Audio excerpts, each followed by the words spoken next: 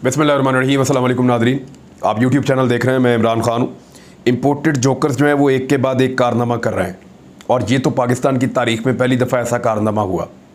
हमने कई दफ़ा सुना कि एक बजट बना और बजट बनने के बाद जो है वो उसके अंदर थोड़े महीने के बाद, यानी ऐसा होता था 3 या 4 महीने के बाद या दिसंबर में साल के आखिर में एक मिनी बजट आ जाता था। लेकिन ऐसा कभी नहीं हुआ कि बजट बना वो बजट ही सारा गलत बन गया। उसकी ड्राफ्टिंग ही ठीक नहीं हुई, उसके अदाद शुमार सारे गलत थे और अब उस बजट के जो डॉक्यूमेंट है उसको तब्दील किया जा रहा है। यानी बजट का जो ड्राफ्ट है उसको तब्दील किया जा रहा है। ये अज खुद एक क्राइम है। यानी क्राइम मिनिस्टर और उनकी कैबिनेट, क्राइम मिनिस्टर उनको सारे इसलिए कहते हैं, उनके ऊपर केसेस बने हुए हैं मुख्तलिफ जराइम के और वो ज़मानत के ऊपर हैं। और दूसरा उनका जो वज़ीर ख़जाना है मिफ्ता इस्माइल, वो तो हर दिन एक नई मायूसी कौम के सामने लेकर आता है। तो अब उसका ड्राफ्ट भी ठीक नहीं है। हुकूमत ने IMF के कहने के ऊपर बजट का नया ड्राफ्ट बना दिया है और वो तब्दील कर दिया है मुबैना तौर पे। इसके बारे में आपको पूरी खबर मैं दूंगा अभी, लेकिन पहले आपको बता दूं कि और क्या क्या है हमारे पास आपको बताने के लिए। जो आइन और कानून का तमाशा इस वक्त पाकिस्तान में लग रहा है वो इससे पहले कभी नहीं लगा। आइन और कानून के तहफ़्फ़ुज़ के लिए आधी रात को खुलने वाली अदालतें क्या अब इसके ऊपर मुदाखलत करेंगी या इस मामले के ऊपर इंसाफ फराहम करेंगी? ये एक बड़ा सवाल पैदा हो गया है पंजाब में। इसके ऊपर हम बात करेंगे कि क्या हुआ, कैसे हुआ और कैसे ये रुक सकता है। स्पीकर के इख्तियारात को क्यों कम किया गया, इसके पीछे क्या चालाकी है वो भी आपको बताएंगे। और वफाकी हुकूमत में से जो अरकान की दिलचस्पी है या जो मुख्तलिफ पॉलिटिकल पार्टी ने जिन्होंने मिलकर एक हुकूमत बनाई हुई है, जिनको एक एस्टेब्लिशमेंट लगी हुई है, एस्टेब्लिशमेंट की एल्फी कहते हैं उसको, इन तमाम पॉलिटिकल पार्टीज़ को एस्टेब्लिशमेंट की एल्फी ने जोड़ा हुआ है। अगर वो एल्फी बीच में से निकल जाए तो ये बिखर जाएं ताश के पत्तों की तरह। लेकिन ये सारी फिलहाल जुड़ी हुई हैं, लेकिन उनकी दिलचस्पी बिल्कुल नहीं है। ज़बरदस्ती इनको जोड़ के रखा हुआ है और वो अदम दिलचस्पी आज नज़र आ गई है। डॉलर की क्या हालत कर दी इन्होंने, ज़रा ये भिखारी दानिश्वरों को एक और ख़बर आज मैं दूंगा। अब तो एक नया रिकॉर्ड लग गया है, बल्कि रोज़ लगता है रोज़ टूटता है, रोज़ लगता है रोज़ टूटता है। अब एक और चीज़ है कि इमरान खान साहब के ऊपर राणा सनाउल्लाह साहब ने एक बहुत बड़ा केस बनाया अल-कादर यूनिवर्सिटी का। वो ये कह रहे हैं कि इमरान खान साहब एक यूनिवर्सिटी बनाने लगे थे, उसके लिए मलिक रियाज से इन लोगों ने ज़मीनें ली थी और वो 2 नंबर तरीके से ली थी, और क्योंकि बरतानिया से मलिक रियाज को जो पैसा मिला था उसको यहाँ पे एडजस्ट किया गया था और उसकी बदले में उसने बहुत बड़े पैमाने पे ज़मीनें जो हैं एकड़ों के हिसाब से इमरान खान साहब और उनकी फैमिली को दी और उससे उन्होंने बेनिफिट लिया और इस तरह एक केस प्रेजेंट किया गया है। तो ये एलिगेशन लगाया गया इमरान खान साहब के ऊपर। राणा सनाउल्लाह साहब ने केस बनाया, FIA को भेज भी रहे हैं और ये कर रहे हैं। इसके ऊपर एक तो ये कहा शहजाद अकबर साहब ने, और बड़ा उन्होंने क्लियरली जवाब दिया कि राणा सनाउल्लाह साहब तो उल्टा नवाज शरीफ के खिलाफ एक मुकदमा खड़ा कर रहे हैं कि अगर मलिक रियाज 2 नंबर पैसा लेकर गया हुआ है, हमने तो पैसा रिकवर किया है, लेकिन अगर ये ऐसी बात कर रहे हैं तो उसी पैसे से मलिक रियाज ने हाइड पार्क में इनकी प्रॉपर्टी खरीदी है और वो पैसा इस वक्त नवाज शरीफ के बेटों के पास है। तो ये तो उल्टा नवाज शरीफ को और उसके बेटों को राणा सनाउल्लाह फंसा रहे हैं। बहरहाल इसको एक तरफ रखते हैं, मैं पहले आपको ये बताता हूँ कि ये केस बना कहाँ, तैयार कहाँ हुआ। आपकी दिलचस्पी इस पर होगी कि अल-कादर यूनिवर्सिटी जो इमरान खान साहब एक बनाने जा रहे थे कि जहाँ पे रूहानियत से मुतालिक भी और तसव्वुफ के मुतालिक भी तालीम दी जाएगी, उनका एक कॉन्सेप्ट था, उसके ऊपर उन्होंने एक तकरीर भी की थी और इसमें वो चाह रहे थे कि वो इसको करें और उनकी अहलिया भी इसमें दिलचस्पी ले रही थी। ये क्या था, किसी दिन आपको पूरी कहानी सुनाऊंगा कि एक्चुअली ये हुआ कैसे था। लेकिन आपको मैं ये बताता हूँ कि इस्लामाबाद का एक ऑफिस है जो बहुत मुतहर्रिक था जब इमरान खान साहब की हुकूमत को ख़त्म किया गया। आप समझ गए होंगे बहुत ताकतवर लोग हैं और उन लोगों ने जैसे ही इमरान खान साहब की हुकूमत ख़त्म हुई तो अहम सहाफ़ियों से रब्ते करने शुरू किए। उनमें एक ये नाचीज़ भी था। तो हमारे एक मेहरबान है उस इदारे में, उन्होंने मेरे से रब्ता किया, मेरे साथ मुलाकात की, फिर मुझे बुलवाया भी। और वो जो मेरे मेहरबान हैं उन्होंने मुझे एक फ़ाइल दिखाई और ये जो एक डॉक्यूमेंट है इसको मेरे साथ शेयर किया कि ये जनाब देखें ना, ये भी 2 नंबरी इन्होंने की है इमरान खान साहब ने। क्योंकि मेरा उनसे ये सवाल था कि अगर इमरान खान करप्ट और बेईमान है तो आप साबित कर दें, तो उनके पास इसका जवाब नहीं था। फिर उन्होंने ये फ़ाइल मुझे निकाल के दी कि ये देखें जनाब, ये यूनिवर्सिटी का मामला है और ये और वो है।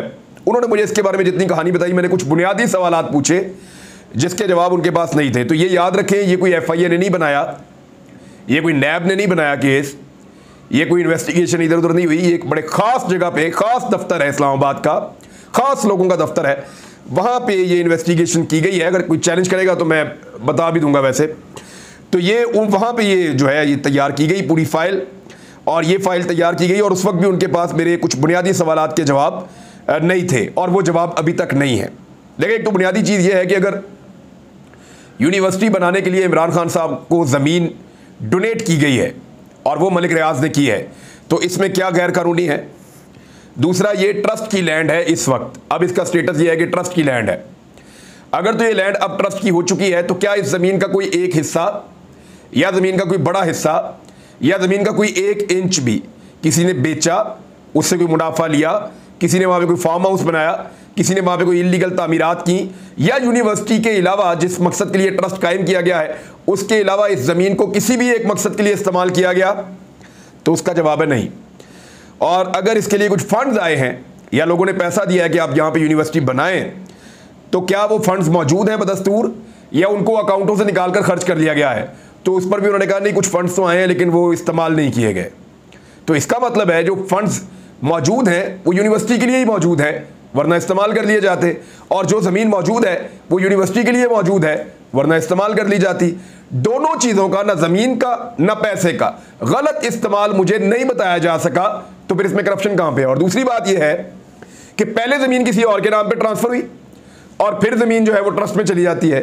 तो अगर एक ट्रस्ट देर से बनेगा और एक आदमी ज़मीन पहले दे देगा, तो पहले वो ज़मीन किसी और के नाम ट्रांसफ़र होगी और बाद में वो ट्रस्ट के नाम चली जाएगी। ये भी एक प्रोसीजर हो सकता है, लेकिन इस पे मलिक रियाज के खिलाफ पहले कार्रवाई इनको करनी पड़ेगी। इतनी इनके अंदर जुर्रत नहीं है। मलिक रियाज, आपको पता है कि उनके ताल्लुकात कहाँ तक हैं, न्यूट्रल्स के साथ उनके हमेशा से अच्छे ताल्लुकात हैं। तो फिर मलिक रियाज को पकड़ना या उनके खिलाफ कार्रवाई करना, इनके अंदर इतनी हिम्मत और इतनी जुर्रत नहीं है। ये सिर्फ प्रोपेगेंडा कर सकते हैं, रोला डालने के लिए केस लेकर आए। इस केस में कुछ नहीं है। ये केस मैंने पूरा पढ़ा है, मैंने इसको देखा है। कहेंगे तो इसके ऊपर एक अलग से पूरा वीलॉग कर दूंगा। इस केस के पल्ले कुछ नहीं है। अगर इस केस में कुछ होता तो मैं आपको पहले रिपोर्ट कर चुका होता। और यहाँ पे क्योंकि मुझे बहुत पहले ये फाइल दिखाई गई थी, लेकिन मज़े की बात यह है कि वो जो लोग सपोर्ट करते हैं या सहूलतकार हैं इस इंपोर्टेड सरकार के, ये फाइल उन्होंने बनाई थी और उन्होंने ये फाइल इंपोर्टेड सरकार को दी है, वरना इंपोर्टेड सरकार के फरिश्तों को भी नहीं पता था कि ऐसा कुछ है। तो वो जो एक गंदा खेल हमेशा से पाकिस्तान में खेला जाता रहा, एक तमाशा जो पाकिस्तान में हमेशा से लगाया जाता रहा, वैसा ही एक तमाशा इस वक्त भी लगा हुआ है और यहाँ पंजाब में भी लगा हुआ है। पंजाब वाले तमाशे पे इमरान खान साहब का पहले ट्वीट, आप जो उनका स्टेटमेंट है वो आप देख लें, उसके बाद फिर मैं आपके साथ शेयर करता हूँ एक्चुअली हुआ क्या। जब से प्राइम मिनिस्टर का करप्ट बेटा पंजाब में एक ढोंग इंतखाब के जरिए गैर कानूनी तौर पर इक़्तिदार पर काबिज हुआ है, पाकिस्तान का सबसे ज़्यादा आबादी वाला सूबा मुकम्मल सियासी इंतशार की जद में है। लोग मुश्किलात का शिकार हैं, किसानों की फसलें ख़तरे में हैं, जबकि हुकूमत के बजाय हर तरफ मुजरिम माफिया दंदनाता दिखाई दे रहा है। पुलिस और मकामी इंतज़ामिया इस माफिया से मिल चुके हैं और उन्होंने PTI के पुरअमन कारकुनान, रहनुमाओं और उनके आला खाना पर जबरो तशद्दुद के पहाड़ तोड़े। अब इनका ख्याल है कि वो आवाम की मुंतखब क़यादत को जवाबदेह नहीं है। हम इस इंतशार और मुजरिम राज के तसलसल की किसी तौर इजाज़त नहीं दे सकते। ये सारा कुछ इमरान खान साहब ने कहा है। हुआ क्या, ज़रा इसके ऊपर आप गौर करें। 2 दिन तक PTI ये कहती रही कि आपने हमारे साथ जो जुल्म और ज़्यादती की है उसकी माफ़ी मांगें, पुलिस IG को और चीफ सेक्रेटरी को लेकर आएँ, हम अपने शिकवे सामने रखेंगे, हमारे साथ जो कुछ हुआ, हमारा इस्तेहकाक मजरूह हुआ, जो जुल्म हमारे साथ हुआ, हम इस असेंबली के फ्लोर पर खड़े होकर बताने का हक रखते हैं। हमें वो बताने दिया जाए, उसके बाद हम अपना बजट पेश कर दें। हमजा शहबाज ने कहा नहीं, मैं इनको ये नहीं बताने दूंगा कि मैंने इनके ऊपर क्या जुल्म किया है, क्योंकि वहाँ पे वो लोग तो मुंह काला कर देते बता बता के, औरतें रो रो के बताती, बंदे बताते, एक एक सबूत देते, तस्वीरें दिखाते, वहाँ बताते और शेम शेम के नारे लगते और हमजा को बैठकर सुनना पड़ता। जैसे एतजाज एहसन की एक दफ़ा पूरी जो फटकार उन्होंने डाली और उन्होंने जो कुछ भी उन्होंने बोला और बड़ा खौफनाक उन्होंने स्टेटमेंट्स बोले नवाज शरीफ के खिलाफ, वो सारा कुछ सुनना पड़ा नवाज शरीफ को बैठ के इमरान खान साहब के धरदे के दिनों में। ऐसे ही हमजा शहबाज को मजबूरन सारी बात सुननी पड़ती, लेकिन इनका फाशिस्ट रवैया है तो उन्होंने एक काम किया, उन्होंने 3 मुख्तलिफ ऑर्डिनेंस पास करवा दिए गवर्नर पंजाब से, इसलिए तो अपना गवर्नर लगाना चाहते थे। काबीना की मंजूरी से उन्होंने 3 ऑर्डिनेंस पास करवाए और उसके ज़रिए से उन्होंने स्पीकर और सेक्रेटरी के इख्तियारात महदूद कर दिए। सेक्रेटरी पंजाब असम्बली के इख्तियारात और स्पीकर परवेज़ इलाही के इख्तियारात महदूद कर दिए। यानी स्पीकर अब किसी सरकारी अफसर को बुलाकर उससे बात पुरस नहीं कर सकते, उसके लिए सज़ा वगैरह या कोई और चीज़ तजवीज़ नहीं कर सकते। स्पीकर के इख्तियारात ख़त्म। दूसरा, जो असम्बली की एक आज़ाद हैसियत थी, अवाम के मुंतखब नुमाइंदे वहाँ पे आते थे, वो सुप्रीम है पंजाब में, उसकी एक आज़ाद हैसियत है, वो ख़त्म करके उसको वजारत कानून के मातहत कर दिया गया, उसके ज़ेर असर ले आए। और फिर जो इजलास है उसको भी बुला लिया, कहाँ पे, ऐवान इकबाल में, और वहाँ पे अपना बजट भी पास करवा लिया। अब ये खेल खेला गया है पाकिस्तान के आइन और कानून के साथ। ऑर्डिनेंस जो है वो अगर आइन से मुतसादम हो तो उसके ऊपर कार्रवाई नहीं हो सकती, होनी भी नहीं चाहिए उसूलन, और होती भी नहीं है, और अदालतों के अंदर से नॉर्मली इसके ऊपर रिएक्शन आता है। अब अनवार लोधी साहब की ट्वीट में ये सारी बात है, मैं खुद भी यही बात कह रहा था, लेकिन आप सुन लें कि कासिम सूरी सिर्फ रूलिंग दे तो अज खुद नोटिस और गवर्नर स्पीकर के इख्तियारात सलब करके, यानी कासिम सूरी ने सिर्फ एक रूलिंग दी थी जो उसका इस्तेहकाक था बतौर डिप्टी स्पीकर कौमी असम्बली, और उसके ऊपर अज खुद नोटिस लेके सुप्रीम कोर्ट ऑफ पाकिस्तान ने आधी रात को अदालतें खोल के इमरान खान की हुकूमत को घर भेज दिया। अब यहाँ पे गवर्नर ने स्पीकर के इख्तियारात सलब कर लिए, इजलास असम्बली की जगह किसी और जगह भी बुला लिया, और असम्बली की आज़ादी और ख़ुद मुख्तारी भी छीन ली, और उसको वजारत कानून के ज़ेर असर कर दिया। इसके बावजूद कोई नोटिस नहीं, इसके बावजूद किसी किस्म का कोई एक्शन नहीं। तो ये क्या आइन और कानून की बुनियादी रूह के मुतसादम नहीं है? यानी इस तरह से पाकिस्तान चलेगा कि एक अक़लियती पार्टी को मौका दिया जा रहा है, तो इससे अच्छा है कि वो अपने घर में रायविंड में बैठ के हुकूमत चला लें। हमजा शहबाज जो है वो या रायविंड में बैठ जाए, जाके माल्टोन में बैठ जाए, काफ़ी बड़े बड़े इनके घर हैं, वहाँ पे बुला लें लोगों को, सामने पार्क में बिठा लिया करें, वहीं बैठ के हुकूमत चला लें। असम्बलियों को ताला लगाएं, इदारों को ताला लगाएं, हर चीज़ को बंद करें, अपने कंट्रोल में ले लें। यानी दिलचस्पी इनकी हर जगह से ख़त्म हो गई है। परवेज़ इलाही साहब ने एक अलग इजलास किया, वहाँ एक अलग इजलास हो रहा था दोस्त मज़ारी के ज़ेर सदारत, वो वहाँ पे डिप्टी स्पीकर है और वो मिला हुआ है जाकर मुस्लिम लीग नून के साथ। तो परवेज़ इलाही साहब ने ज़ेर सदारत उनका एक इजलास हुआ, वहाँ मुतफ़िक़ा करारदाद मंजूर हुई, जो ऑर्डिनेंसेस जारी किए गवर्नर पंजाब ने उसके ख़िलाफ़, और ये जो कुछ भी किया गया उसके खिलाफ उन्होंने करारदाद पेश की है। तो आइन और कानून को एक तमाशा पंजाब में बनाया गया है। अब आ जाए कि इंपोर्टेड सरकार ने जो बजट के साथ किया वो मैं आपको बताता हूँ। हुकूमत ने IMF के कहने के ऊपर बजट का पूरा ड्राफ्ट तब्दील कर दिया, और ये पहली दफ़ा हो रहा है। यानी अवाम को जो थोड़ी बहुत तसल्लियाँ झूठी, कुछ छोटे मोटे उनको ख्वाब दिखाए थे, वो भी सारे अंदर खाने इन्होंने तोड़ दिए हैं और सारी चीज़ें रिवर्स हो गई। IMF ने काफ़ी दबाव डाला और उसके दबाव में इन्होंने ये काम किया है। यानी इमरान खान साहब ने, मैं आपको ये ज़रा गौर से सुनिएगा, इमरान खान साहब ने जब IMF से 100 करोड़ डॉलर लेने थे तो 10 रुपये पेट्रोल पे बढ़ाने की सूरत में सब ने उनके ऊपर बहुत लान तान की थी कि ये कैसी सौदेबाजी कर रहा है। अब इस हुकूमत ने IMF से 90 करोड़ डॉलर लेने हैं, यानी 10 करोड़ डॉलर कम। पेट्रोल की कीमत 60 रुपये बढ़ा चुके हैं और लगभग 50 रुपये की एक और समरी मौजूद है।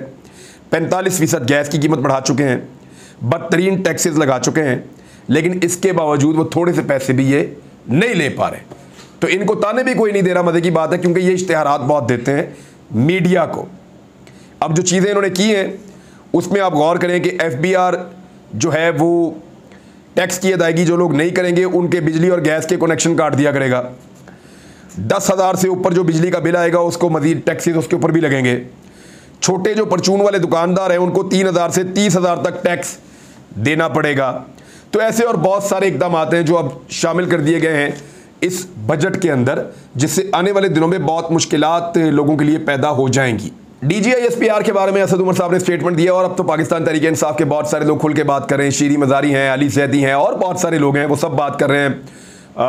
इफ्तिखार दुरानी हैं, अब असद उमर हैं। उन्होंने कहा DGI-SPR बार बार सियासी मामलात की तशरीह ना करें तो मुल्क के लिए अच्छा रहेगा, ये असद उमर कह रहे हैं।